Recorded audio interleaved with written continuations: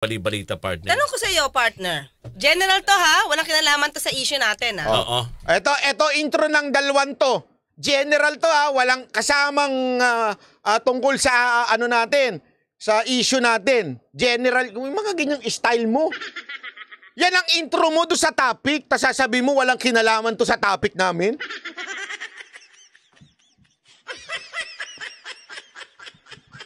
O ako din, meron din akong intro para sa topic ko ngayon na ikaw. Pero walang kinalaman to sa'yo ha. Walang kinalaman to sa'yo. Oh, walang kinalaman to sa'yo. Linawin ko na, attorney, walang kinalaman ito sa'yo. Ito i-intro ko lang. Walang kinalaman to sa'yo ha. Oh, anong mga ginagawa ng mga abogadong walang kaso? O di kaya mga abogadong laging talo? Ano ginagawa nila? Para kumita. Ano? Nagko-content. Nagba-vlog. Walang kinalaman to sa iyo, Attorney Claire, ha? Walang kinalaman sa ito. Pangbarat, panulak, strong lang malakas. Uy, mga ano ni ano ito, ha? Oh, tama, oh. Ay, kita mo, sagot ng mga ano dito. Pag walang kaso, pag walang ano, nagba-vlog na lang. Nagko-content. Oh.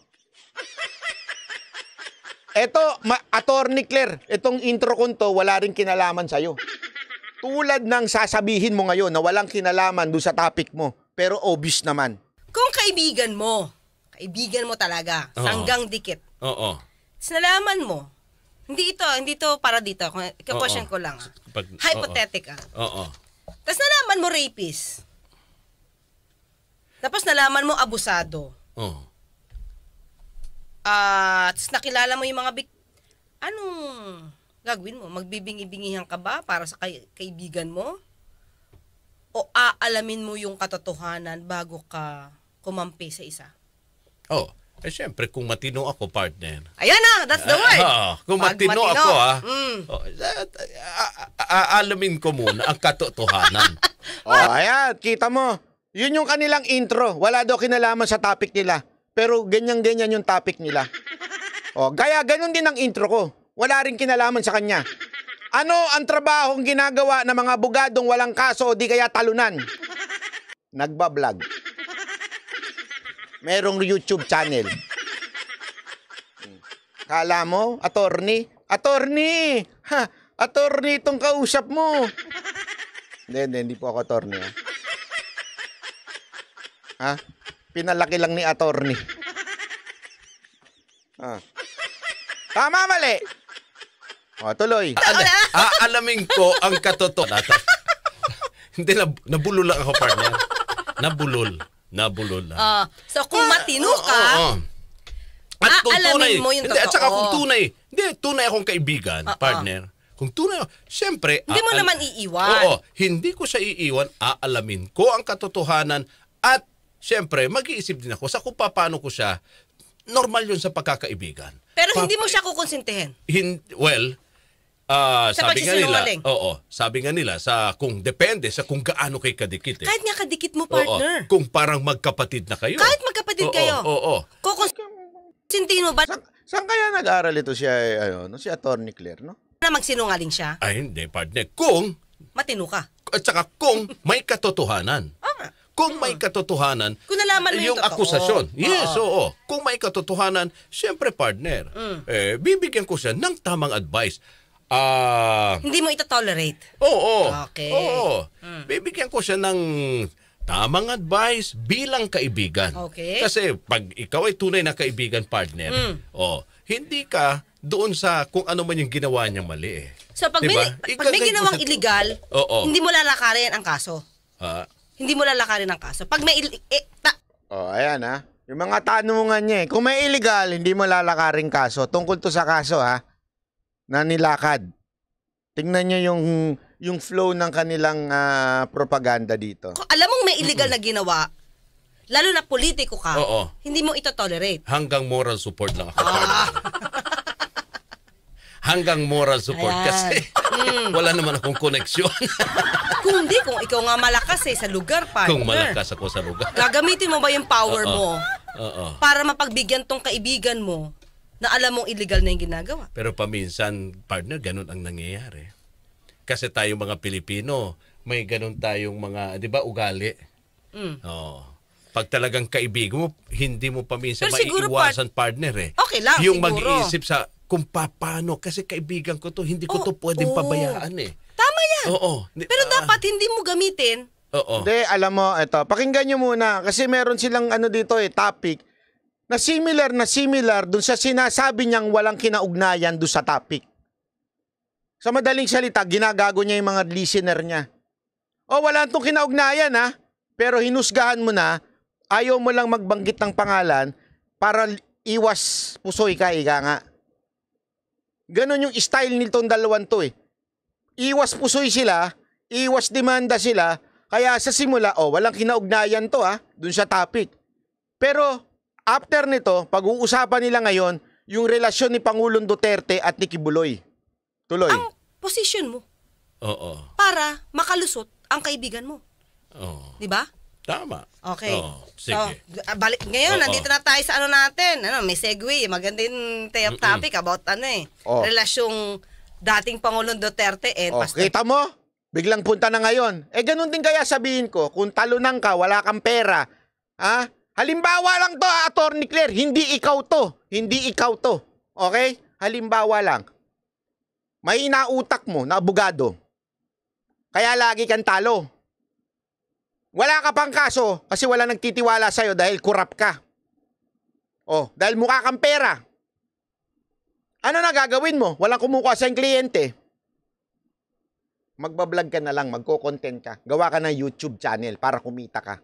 Manira ka ng kapwa mo. Hindi tungkol sa'yo to. Hindi tungkol sa'yo. Hindi tungkol sa'yo to. Etong topic ko Ito'y halimbawa ko lang. Hindi tungkol sa kanya to. Okay? Hindi tungkol sa kanya to Ito'y mga halimbawa ko lang dun sa mga gustong nagtatayo ng mga vlog ng mga abogado. Hindi tungkol sa kanya to. Okay, tapos na tayo sa intro.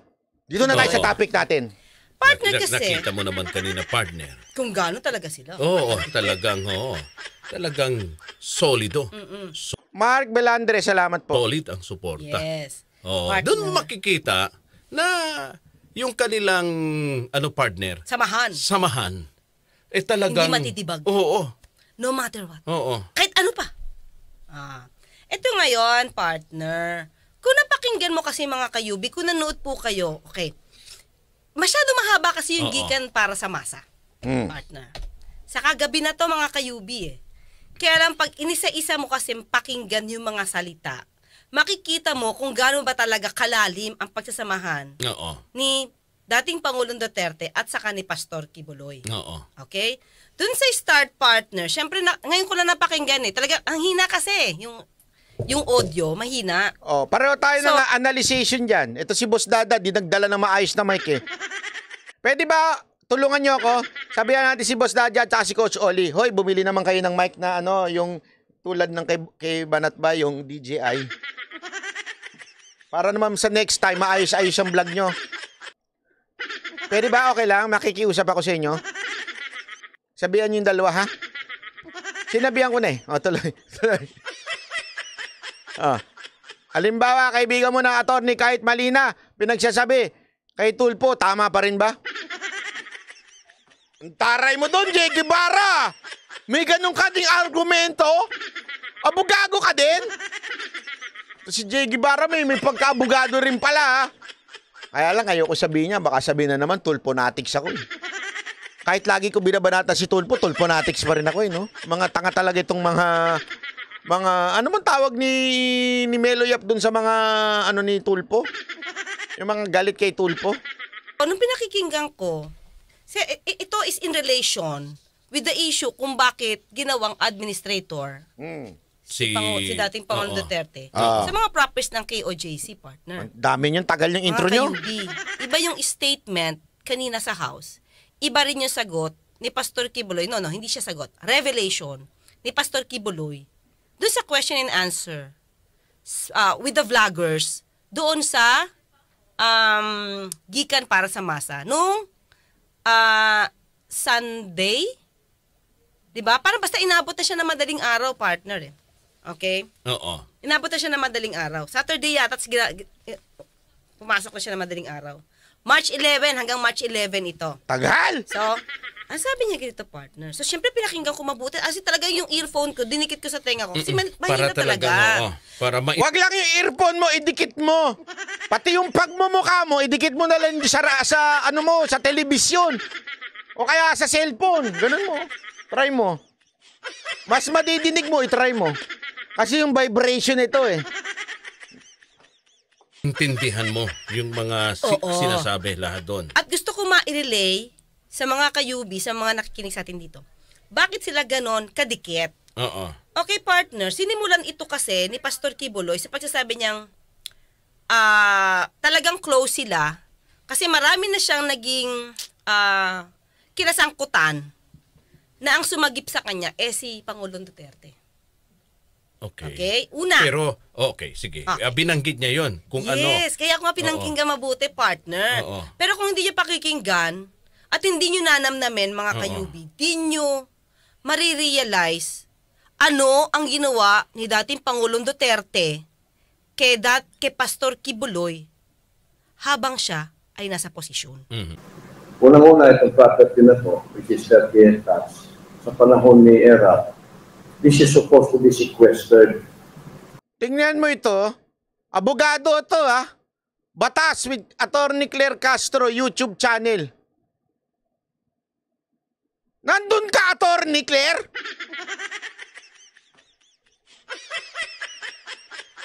Diyan pa lang sablay ka na eh. Andun ka? Hindi mo nakikita yung logo ni Boss Dada? Ang laki-laki niya. Ang taba-taba niya. Ay, hindi. Sorry naman, Boss Dada. Ay, ano? Ang laki-laki niya, para siyang si Mr. Clean. Hindi mo nakita yan? Ba't ang nilagay nyo dyan? YouTube channel, Boss Dada channel. Abogado ka, sa lagay na yan. Abogado ka pa, Ganyan ang inilagay nyo. Abogado ka niyan. O, tanungin ko kayo, anong tawag dyan? Katalinuhan o katangahan? Hindi, ako nagtatanong lang ako sa inyo, mga kababayan, mga banateros ko dito. Oh, di ba kaya ka nga maglalagay dyan? Kasi courtesy of, kaya nga mga GMA, pag kumukuha ng video sa akin, kunwari interview ko, o lalagay niyo yan, courtesy of Banateros Brothers, so courtesy of Banatbay, ganon, di ba? Anong tawag doon? Katalinuhan. Alam mo kasi, may alam ka tungkol sa courtesy. O anong tawag mo dito? Katalinuhan, kabobohan. Sige, kayo sumagot. Sige, kayo sumagot. Gusto mo halimbawa na naman na walang kinaugnayan dito?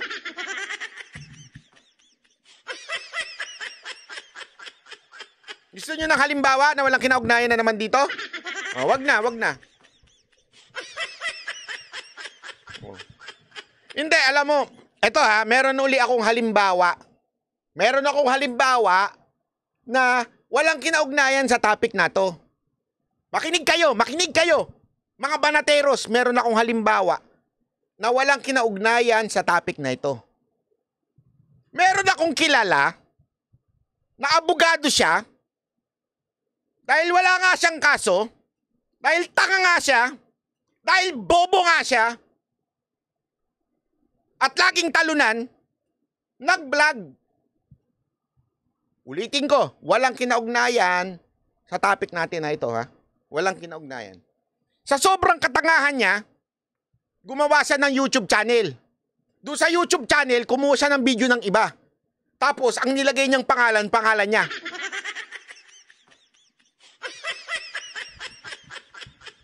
Napagtanto tuloy ng mga nanonood na kaya ka pala walang kaso dahil bobo ka talaga. Ulitin ko walang kinaugnayan ito sa topic natin. Hindi si Attorney Claire ito, tinutukoy ko. Ito yung kaibigan kong abogadong tatanga-tanga na nagngangalang Attorney Kuyukuit.